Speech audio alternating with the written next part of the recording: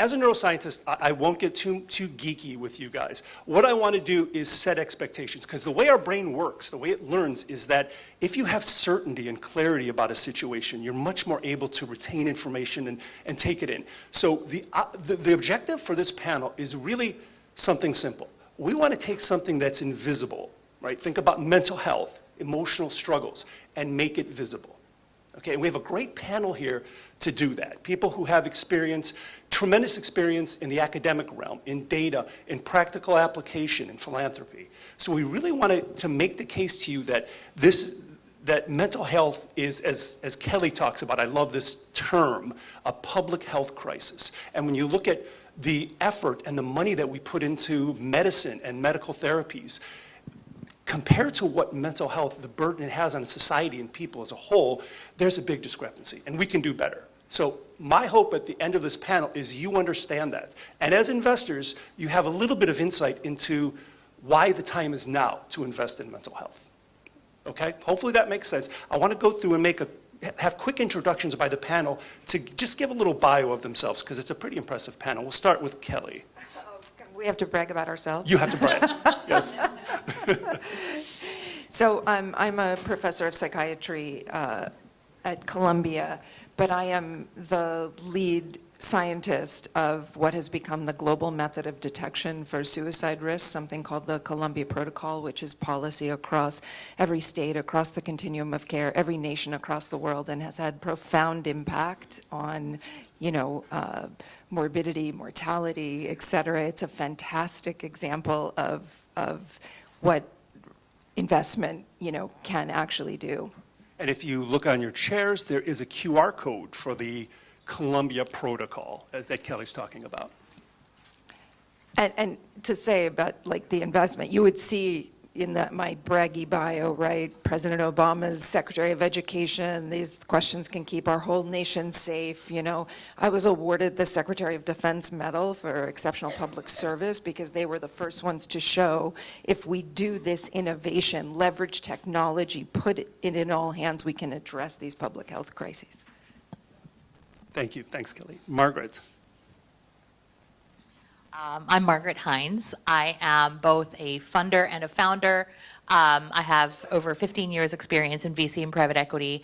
I do a lot of impact investing, but I also am married to a Golden Gate Bridge jump survivor, so I have lived experience in that sense. So we do a lot of policy work about we work on getting barriers and suicide prevention nets on bridges and buildings and parking structures to prevent suicides. I'm very passionate about driving capital into the behavioral health care space. And I've been focusing the past 12 years of my life on producing film with my husband, all impact film that obviously prevents suicide, but also promotes mental health.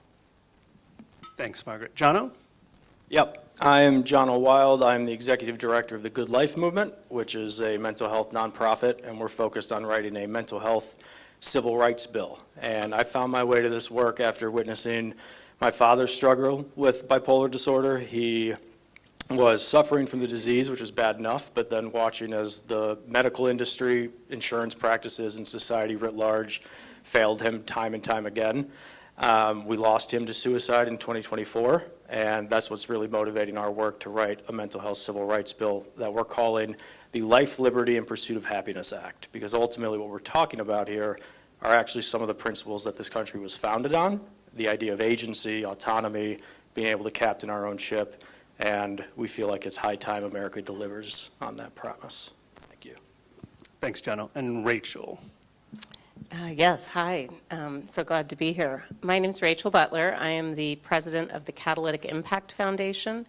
We are a not-for-profit that accelerates innovation in areas of high unmet medical needs. So we take philanthropic capital, we pool it, and we run it like an early-stage venture fund, except we have no LPs or GPs. We are focused solely on impact and focused in areas of healthcare where, for whatever reason, there is high need and there are challenges to funding innovation. mental health and brain and mental health is a huge area of focus for us.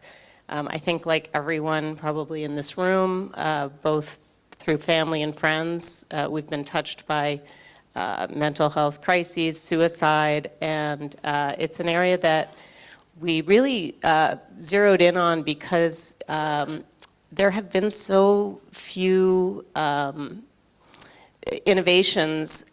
Many of the drugs and the therapeutics that are available now have been available for decades with not a lot of new options. So it's an area we're quite focused on to try and change that dynamic.